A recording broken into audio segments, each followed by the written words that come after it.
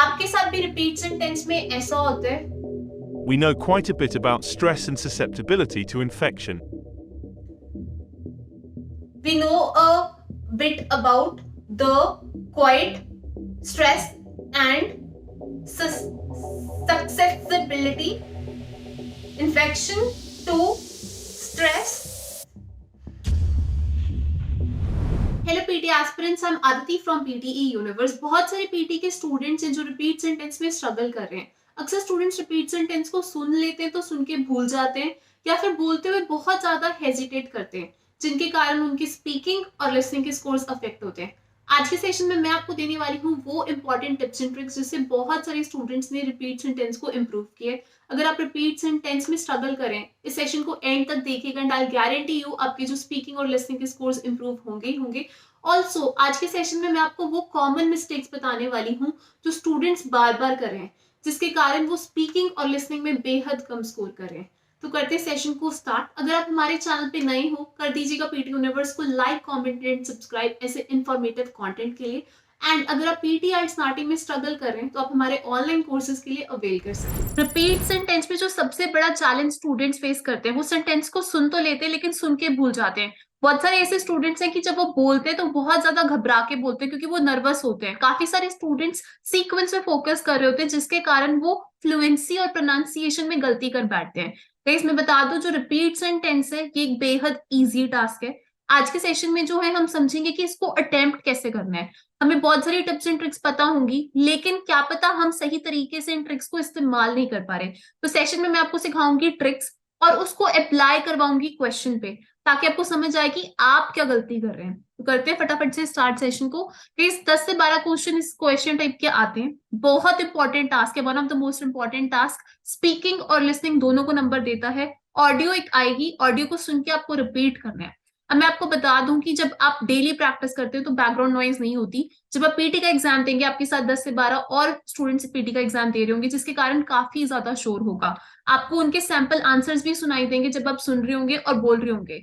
तो उस डिस्टर्बेंस के कारण गलतियां होंगी, सो बी प्रिपेयर्ड फॉर इट। जब ऑडियो एंड होगी तो माइक्रोफोन खुलेगा। बहुत सारे स्टूडेंट्स क्या करते हैं कि वो देखते ही नहीं है स्क्रीन पे, वो अपनी आईज को क्लोज कर लेते हैं, स्क्रीन पे देखते ही नहीं है। अभी एक टेक्निकल एग्जाम है, कंप्यूटर बेस्ड एग्जाम है, सॉफ्टवेयर आपको मार्क्स देने वाला है। तो जरूरी है कि आपका ध्यान जो वो स्क्रीन पे हो, ताकि जब माइक्रोफोन का ब्लू बार ओपन हो आप तभी बोलना शुरू करें, क्योंकि उससे पहले कुछ भी रिकॉर्ड नहीं होगा। ऑल्सो पीटी की स्पीकिंग में एक जो बेहद इंपॉर्टेंट बात है वो ये है कि अगर आप 3 सेकंड तक नहीं बोलते तो कुछ भी रिकॉर्ड नहीं होता है।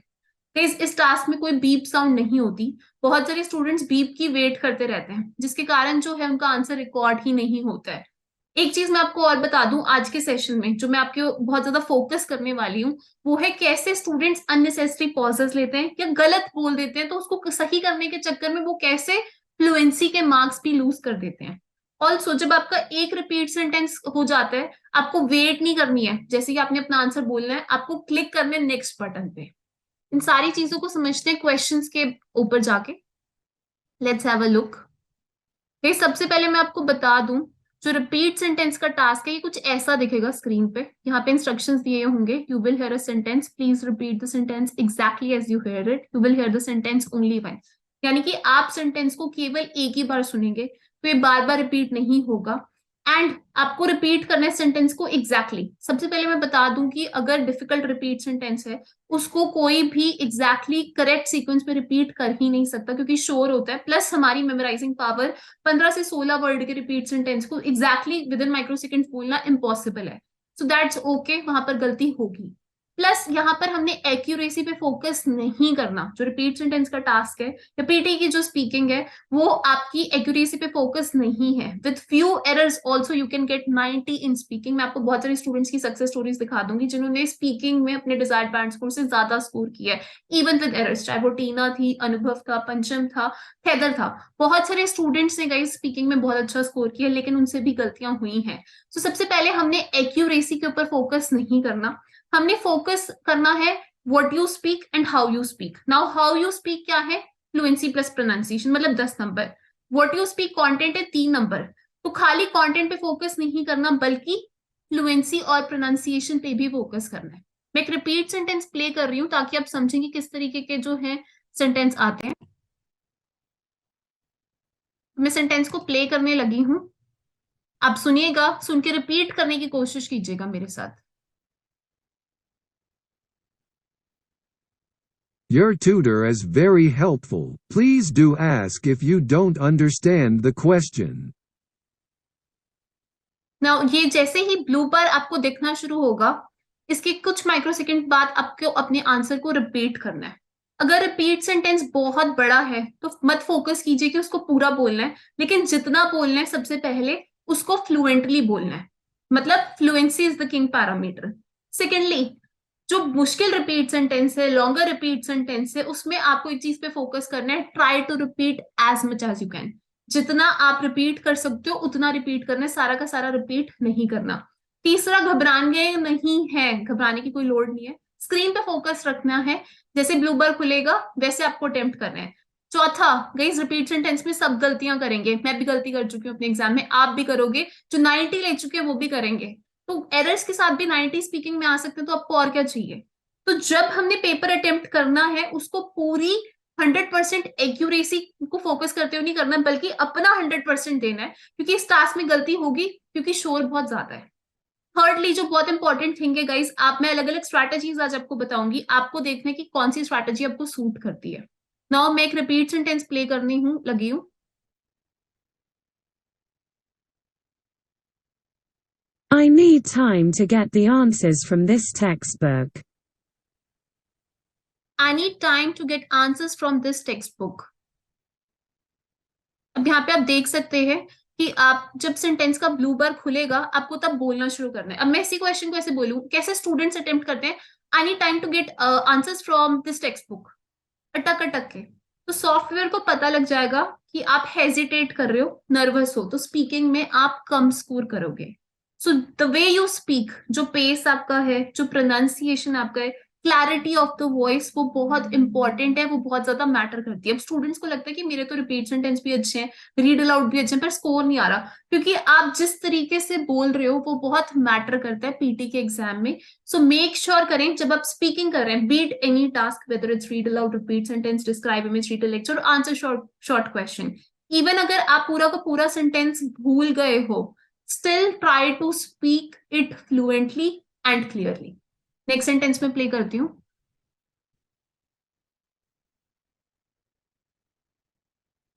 Many health workers think that patients are too old to learn or understand.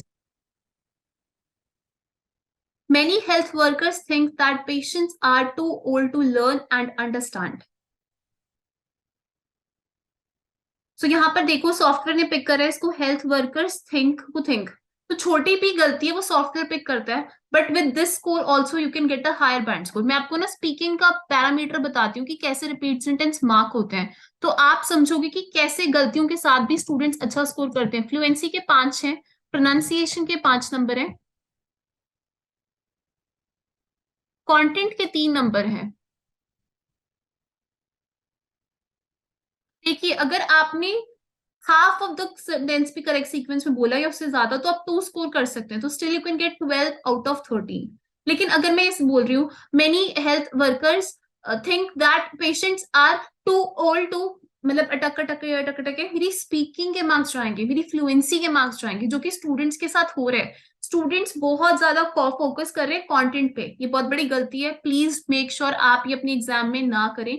Don't focus too much on content. अगर आप कंटेंट पे बहुत ज्यादा फोकस करेंगे तो स्पीकिंग के मार्क्स यानी कि फ्लुएंसी और प्रोनाउंसिएशन के मार्क्स जाएंगे। सीक्वेंस इस टास्क में मैटर करता है, लेकिन लेट से अगर आपने 4 या 5 वर्ड्स पिक कर लिए हैं, काफी स्टूडेंट्स का मुझे ये क्वेश्चन होता है कि 4 या 5 वर्ड रिपीट कर सकते हैं, जैसे आपने ये 4 वर्ड्स पढ़ लिए, सुन आपको याद रहेगी, मेनी हेल्थ वर्कर्स थिंक, तो आप इनको भी रिपीट कर सकते हो। कैसे? Many health workers think and you will hear a sentence. मतलब क्या गोल्डन टिप मैं आपको यहाँ पे दे रही हूँ, add a filler sentence. Filler sentence को ऐड कर दो ताकि आपको अपनी फ्लुएंसी के और जितना कंटेंट बोले उसके मार्क्स मिल जाएं। अगर आप लेस देन 50% कंटेंट को बोलोगे तो आपको 1 नंबर मिल जाएगा कंटेंट का, फ्लुएंटली बोलोगे तो 10 नंबर वहां पे, तो 10 + 1 11 मार्क्स आपको स्टिल मिल जाएंगे, विच इज नॉट बैड। तो आप क्या कर रहे हो, आप फोकस्ड हो टू मच ऑन कंटेंट, जिसके कारण आप फ्लुएंसी और प्रोनाउंसिएशन के मार्क्स भी लूज कर रहे हो। नेक्स्ट सेंटेंस प्ले करती हूँ। सुनिएगा इसको और रिपीट करने की कोशिश कीजिएगा। Several copies must be supplied to the university to fulfill the degree's requirement. Several copies must be supplied to the university to fulfill the degree's requirement. अब देखिए, आपको यहाँ जितना याद रह गया आपको उतना सेंटेंस सीक्वेंस में बोलना है। अब मैं इसको बोलूं several copies must be supplied to the university, उसके बजाय आप हाफ बोल दो several copies must be supplied to the university and you will hear a sentence, ताकि फ्लुएंसी मेंटेन रहे। इस रिपीट सेंटेंस में बहुत बारी ना डिफिकल्ट वर्ड्स होते हैं, बच्चा उनको सुन के घबरा जाता है और उनको याद करने की कोशिश करता है। अब ये एक ऐसा टास्क है, सेंटेंस को सुन के रिपीट करना है, सोचने का टाइम नहीं है, क्योंकि सोचने का टाइम नहीं है तो हमने सोचना भी नहीं है, हमने सेंटेंस को सुनना है। पूरा का पूरा ध्यान आपका अपने पेपर पे होना चाहिए और कहीं नहीं होना चाहिए। क्यों? क्योंकि आप इनफ तैयारी कर चुके हो। दूसरा, पीटीई एक इंग्लिश टेस्ट नहीं है, एक परफॉर्मेंस बेस्ड टेस्ट है। परफॉर्म कैसा करते हो? अक्सर स्टूडेंट्स का ध्यान ना इधर उधर होता है, बहुत सारे बच्चे नर्वस होते हैं तो वो जितनी तैयारी करके जाते हैं उतना भी परफॉर्म नहीं करते हैं। मैं आपको बार बार बता रही हूँ कि स्टूडेंट्स हैं गाइस जिनके बेसिक इंग्लिश स्किल्स थे, मैं आपको फीडबैक दिखा रही हूँ इन स्टूडेंट्स के, इन्होंने भी बहुत अच्छा स्कोर कर लिया है with average English skills, and if they can do so can you. Important है कि एग्जाम को अटेम्प्ट कैसे करना है ये हम समझे। जब हो सकता है रिपीट सेंटेंस में आपको कुछ वर्ड्स याद रह जाएं, जैसे 2 वर्ड्स याद रह गए, सेवरल कॉपीज मस्ट, तो आप क्या कर सकते हो, आप इस तरीके से भी बोल सकते हो, the repeat sentence was about several copies and must and you will hear a sentence. नहीं तो several copies must, you will hear a sentence, please repeat the sentence exactly as you hear it। यानी कि ऊपर वाली line, ये आपको दिख रही है ये लाइन, ये ही आप रिपीट कर दो, बिकॉज ये काफी इजी होता है इसको रिपीट करना। आपको कोई और लाइन याद भी नहीं करनी, ये स्क्रीन पे दिखेगी भी, बट इंपॉर्टेंट क्या है कि इस चीज की आप बैक टू बैक प्रैक्टिस करें। आप एग्जाम डे पे कुछ भी नया नहीं कर पाएंगे, कुछ नया करना भी नहीं चाहिए, क्योंकि उस दिन ऑलरेडी आप नर्वस होगे। अगर ये जो सारी मैं आपको ट्रिक्स बता रही हूँ, आप इसको रेगुलरली प्रैक्टिस करेंगे, टॉपिक वाइज प्रैक्टिस में और बहुत सारी मॉक टेस्ट की प्रैक्टिस में, तब आप एग्जाम में भी उसी तरीके से काम और कंपोज तरीके से परफॉर्म कर पाएंगे। गाइस, हम आपको एक चीज बता देती हूँ मैं, जो पीटी यूनिवर्स की ऑनलाइन ट्रेनिंग प्रोग्राम है उसमें हम क्या करते हैं, the online training program is focused on practical training. हम स्ट्रैटेजी क्लासेस आपको कराते हैं जहाँ पे हर एक क्वेश्चन टाइप की स्ट्रैटेजी आपको क्लियर कराई जाती है। देन गाइस 1-to-1 फीडबैक आपको दिया जाता है ताकि आपको समझ आए आपकी गलती की। आपको पोर्टल का एक्सेस दिया जाता है जहाँ पे आप प्रॉपर मार्क्स का इवैल्यूएशन देख पाते हैं। बहुत सारे मॉक टेस्ट आपको करवाए जाते हैं एग्जाम से पहले, ताकि जो स्ट्रेस है, नर्वस है और जो गलतियां पेपर में कर नहीं सकते हो वो उससे पहले आप मॉक टेस्ट में कर लो। एंड उन मॉक टेस्ट का एनालिसिस के बेसिस पे आपको स्कोर इंप्रूवमेंट प्लान दिया जाता है, ताकि जो सक्सेस है वो फर्स्ट अटेम्प्ट में गारंटी हो। So PTE is very easy, you just need to understand how to attempt the question types. समझने के बाद वो आपको सेम करना है, that's it, nothing else. Next sentence में प्ले करती हूँ। Environmental friendliness is a new category in which campuses are competing. Environmental friendliness is a new category in which campuses are competing. अब जैसे ही आपका रिपीट सेंटेंस पेपर में होगा, you have to press next, आपको जो है वो वेट नहीं करना। दूसरा, अब जैसे इस रिपीट सेंटेंस में कुछ वर्ड्स काफी हार्ड थे, जैसे एनवायरमेंटल फ्रेंडलीनेस, अगर आपको ये वर्ड्स बोलने नहीं आते तो आप इसकी बजाय पटाखट बोलो environmental friendliness no is a new category in which campuses are competing. आप इस तरीके से बोलें, क्योंकि अटक के बोलने से, मैं आपको बार बार कह रही हूँ कि स्पीकिंग जो स्क्रीन पे दिखा रही हूँ, फ्लुएंसी और प्रोनाउंसिएशन जो कि बेहद इंपॉर्टेंट है, उसके मार्क्स चले जाएंगे, जो कि हमें लूज नहीं करने। क्योंकि what you speak and how you speak, जो हाउ यू स्पीक है वो बहुत इंपॉर्टेंट है। और गाइस रिपीट सेंटेंस स्पीकिंग को भी बहुत ज्यादा अफेक्ट करता है।